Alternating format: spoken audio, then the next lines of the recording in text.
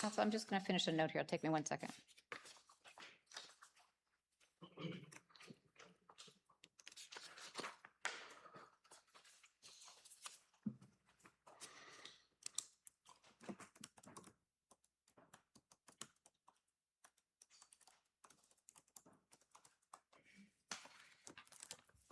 Go right ahead. Thank you, Your Honor. May it please the Court, Roe Ramiel on behalf of the appellants, Thomas and Dina Bohannon. I'd like to reserve 3 minutes for rebuttal, and I'll watch the clock. Sure. First, I want to thank the panel for its pre-argument order. That will be the very first substantive issue I address. But if I could just briefly provide some context for how this dispute arose. Appellants bought a home that had serious, undisclosed, and latent construction defects. They discovered those problems shortly before the 10-year statute of repose under California law expired. Based on incomplete information from the seller, who's the subject of a separate arbitration, and what I would call cryptic and incomplete county building records, they attempted to identify the parties who are responsible for construction and design of the home. There's many defendants in the case, but only two at issue on this appeal. McDonald Development, Inc., which we believe served as the general contractor, and Allen Martin Construction, Inc., which was the grading subcontractor.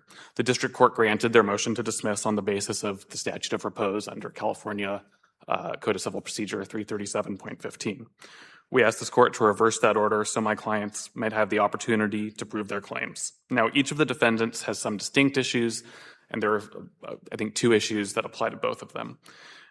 There's relation back of the correction of the misnomer by which appellants originally named Martin McDonald an individual instead of Martin McDonald Development, the business entity. There's relation back of the Doe Amendment, which added Allen Martin Construction, Inc., and then there's generally sort of adequacy of the pleading as to negligence, and then leave to amend as to the willful misconduct exception under the statute of repose. So let's start with McDonald Development, Inc., because that was the court's focus question. There are, as the court knows, under Rule 15C, there's two ways to analyze relation back, under state law or under Rule 15C, and the court takes whichever is more lenient or permissive. Here, I think you reach the same result under both frameworks, but I'll start with Rule 15C1C. I want to ask a question right out of the gate about that, and that is, have you waived reliance on 15C1C by not addressing it below? That's not something we address below, and it's not something we briefed to this court. I'm responding to the court's order. I think the California forfeited? law. Like we can't get there? It's forfeited? Oh, you can get there, Your Honor. I think under the forfeiture doctrine, the court can reach an issue if the issue is clearly legally presented and the record is well enough developed to rule on it. And I think that's the case here. But it feels a little bit unfair to the district court for us to reverse on a basis that wasn't even presented to it. I understand that, Your Honor. But again, I'm responding to the basis that the court brought up here. I do think that under Rule 15C1C, there is a basis for relation back. Certainly, I would want to give Judge Lynn all the benefit of the doubt in her conclusion. She's a very careful judge, but I do think there's a pathway to reversal based on the federal rules that the court identified. Why weren't they raised earlier? We thought that state law provided an adequate rule of decision here. The case law under the California case law governing correction of misnomer and relation back, I think is longstanding, and we thought we met the elements of it. So under Rule 15C1C, and there's not a lot of federal, certainly not circuit level authority on the relationship between Rule 15C1C and statutes of repose. There's nothing in our circuit, right? Not on Rule 15C1C, Your Honor. That might not be entirely correct. There's a case called Miguel, and I can provide the full citation on rebuttal that dealt with a claim under I believe it was the Truth in Lending statute, which the court held the statute of repose there was a jurisdictional bar, and there's no equivalent under California law. So I think that Miguel case, which again I can provide, is the closest from this circuit. There's a case more broadly with respect to Rule 15C and statute of repose. I think the leading case is the SEPTA case out of the Third Circuit. That's 12F4-337, which held that relation back was permissible when allegations in a complaint were amended There's some contrary district court authority relating to adding parties. I think our case is kind of in the middle because we're not really adding a party. We're correcting the misnomer of a party that we originally named. And if I could just walk through 15. And you think you can show they were on notice? Yes, we can, Your Honor. Okay, well, just so you know, I don't want to interrupt your argument, but that's a problem for me. So I hope you'll circle back to it when you get there. Well, it'll take about 10 seconds here. The requirements of Rule 15C1C are the amendment changes a party or name of the party. Right. The amendment arises out of the same conduct, transaction, or occurrence. And within 90 days after the complaint is filed, which is the time period under Rule 4M, the would-be defendants on notice. And so here's the timeline here. The complaint was filed on July 22nd, 2022, naming Martin McDonald an individual. On October 5th, 2022, so less than 90 days later, counsel for the plaintiffs called and left a voicemail and texted David McDonald, who we believed was associated with whatever Martin McDonald was. And that's in the record at ER 82.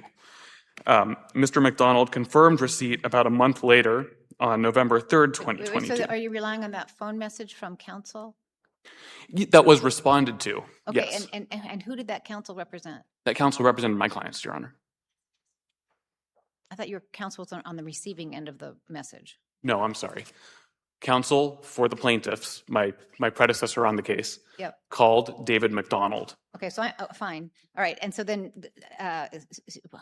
the response, I think, is the same thing that's in the briefing, right?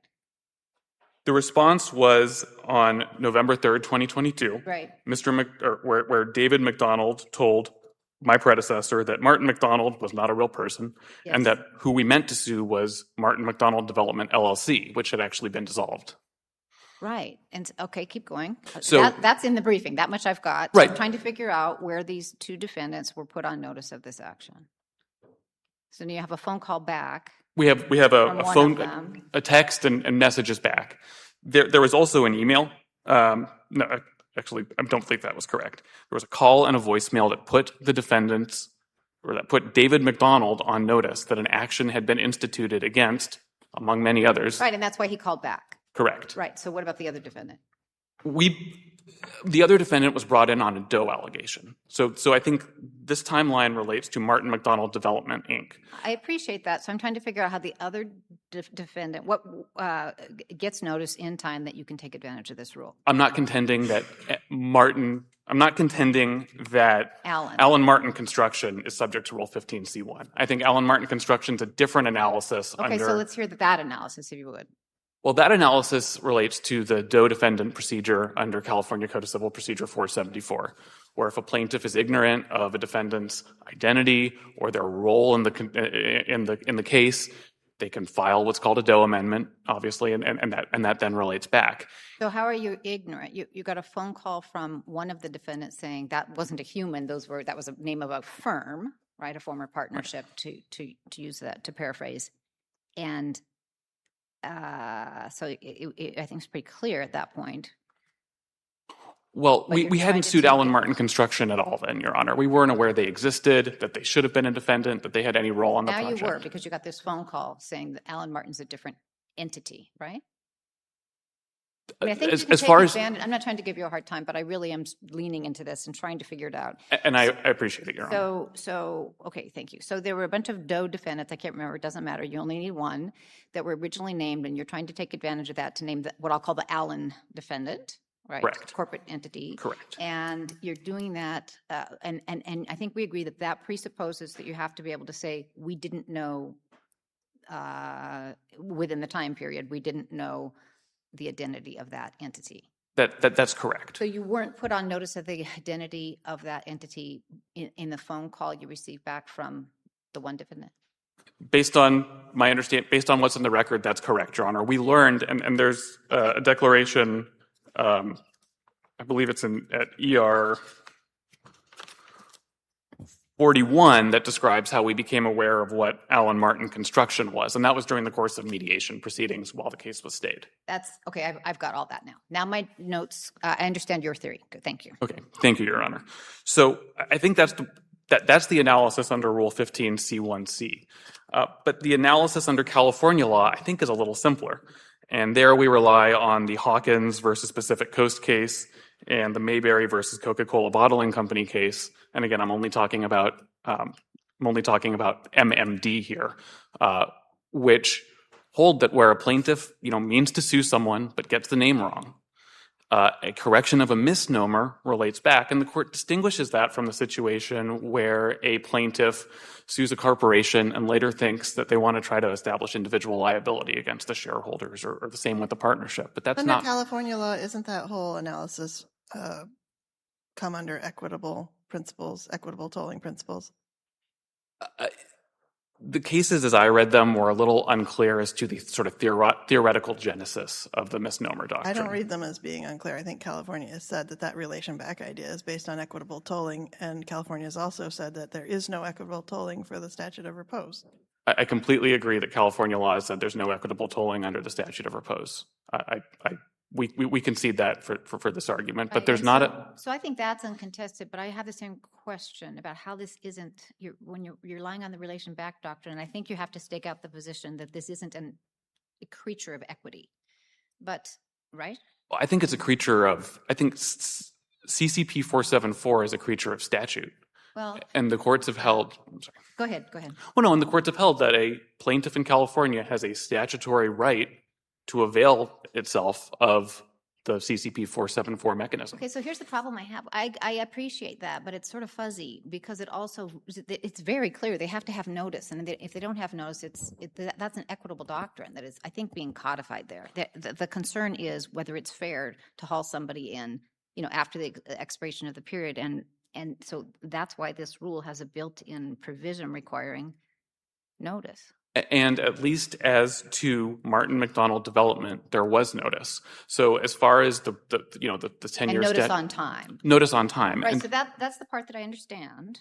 And so as far as all the policy considerations behind the statute of repose, like putting your carriers on notice or instituting cross complaints against other subcontractors, the defendant was in a position to be able to do so after they received the call and voicemail in October of 2022. So I think that notwithstanding, I mean, the last requirement under 15C1C is that the defendant knew about the action and knew they would have been named but for the mistake. And certainly when that communication was received, the defendant would have known that there's no such person as Martin McDonald. They must have meant to sue the corporation. Did you sue the correct corporation within 90 days? Did you reserve him? MMD? The timeline is after that call, the case was stayed pretty quickly after filing. The case was stayed as of November 10th, 2022. But we filed the second amended complaint, which named Martin McDonald LLC on February 28th, 2023. And that was after receiving leave to do so. So I do think there was reasonable promptness in acting to add the corporation. Any further questions?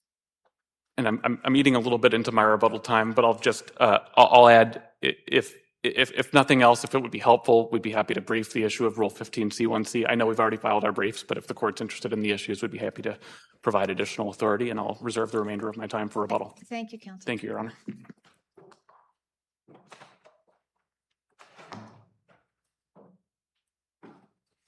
Good morning. If it pleases the court, Bart Behringer on behalf of the defendants and appellees, Martin McDonald Development and Alan Martin Construction Incorporated. Your Honors, I don't see that there was either the state requirements met or the federal requirements met. I think the court identifying Rule 15 C1 and the relation back was correct. And I think while under subdivision B, it probably was met, it was not met under either A or C, as the court has identified. There was no notice at all given to Alan Martin Construction, at all. The first time Alan Martin Construction knew about this was when the third amended complaint was filed some 16 months after the original. But I understand your friend to be arguing for that defendant the misnomer or the Doe procedure, which is entirely different. So Right. it doesn't really matter whether, as to that party, you can Yeah, and I think- satisfy Rule 15 or not. Right, and I think the statute of repose answers that. But it's a different question. Yes, I agree, Your Honor. And so, So your as to- defense, go ahead. We'll take them one at a time. You go ahead. So as to Martin McDonald, it does seem that there are facts in the record to indicate that within that 90-day period, it had notice, because David McDonald was the CEO or the somebody associated with that company, and he's the one who informed plaintiffs, "Hey, you've got the wrong that the person you've named that you think is a person is not a person; it's a business." That's correct, Your Honor. They made a phone call rather than checking the Secretary of State's website. They made a phone call to this person, and he said, "You've sued an individual, and there's no individual of that name." I don't know that. Right, and he also said other things to indicate that he understood the nature of their lawsuit and that it would be relevant to his business. And so how does that not trigger the requirements of Rule 15 in terms of being on notice that absent a mistake, you would have been named as the party? They didn't name him. Right, that's the point. They didn't name him, but the question is, does this entity know that they should have been named except for a mistake? In the second amended complaint, they named a completely different entity. They didn't name Martin McDonald Construction. They named some LLC. And that's because there was a name, a reorganization or something, right? Like the old entity that they named had gone dormant, and then it was under a new name again? The old entity had been dissolved. Right. Well, that doesn't mean they can't name them just because they've been dissolved.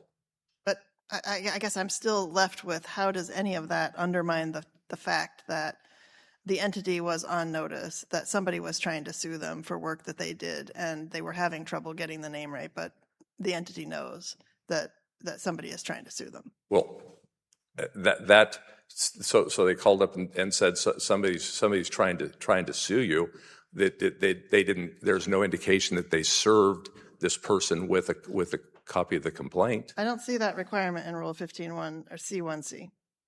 I only see the requirement that within 90 days of the filing of the original complaint, the actual party who should have been sued knows that they should have been the one named.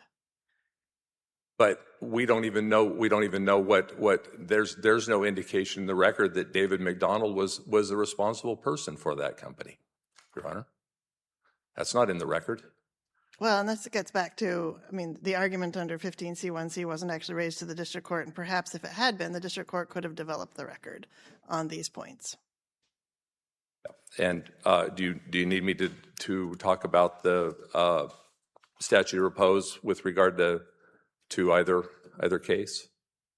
Well, I thought your position was that the statute of repose was absolute and there were no equitable or procedural exceptions that apply in this case. There are some, and in fact, the Judge Lynn allowed them to amend the third amended complaint to try to provide that, but they weren't able to do that. So on the fourth amended complaint, she dismissed it.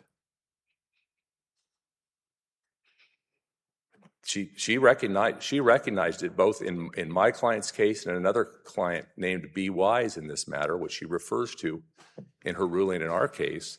And she says, I gave you a chance and you couldn't do it. And they can't. So. And you're referring to the Doe issue? No, the equitable totally. As Judge asked about. To what extent did she rely on? To what extent should we rely upon your contention that the allegations in the proposed Fifth Amendment complaint don't satisfy Iqbal Twombly? Still don't put them on notice of what it is they were supposed to have done wrong. In the Fourth Amendment complaint, Your Honor? I'm not sure what the operative complaint is. I'm sorry. In the briefing, it's FAC. Is that Fourth Amendment complaint or Fifth Amendment complaint? I think it's fourth. Okay. Yeah, and I think Judge Lynn referred to it because she went right into the case of Lansing and the reasoning that applied there and followed that, I think, perfectly. That's how it should have been come down.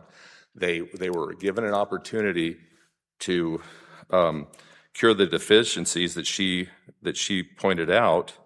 The implication arises that, except as stated, and for important policy reasons, The legislature meant the generous 10-year period set forth in 337.15 to be firm and final.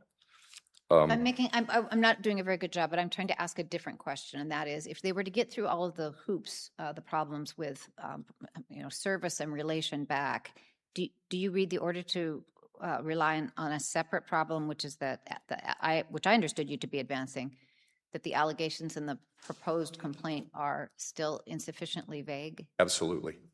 Yes, that's what Judge Lynn found, yes.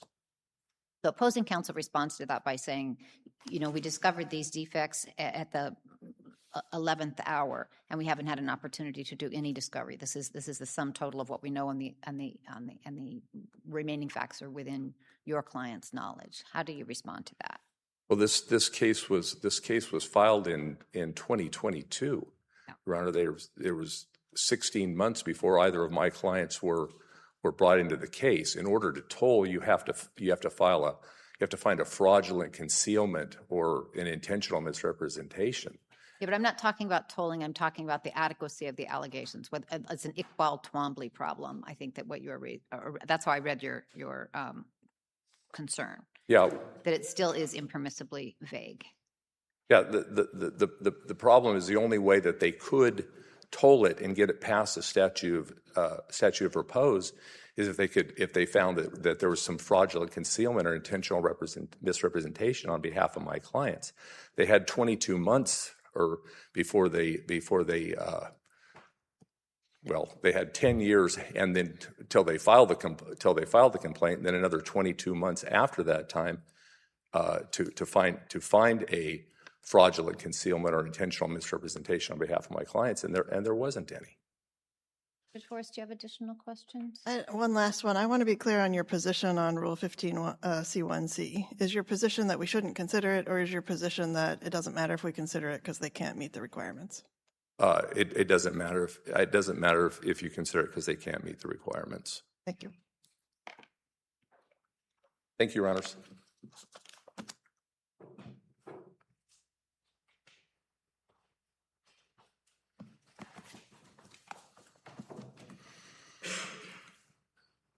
Just a few quick points, Your Honor. Thank you.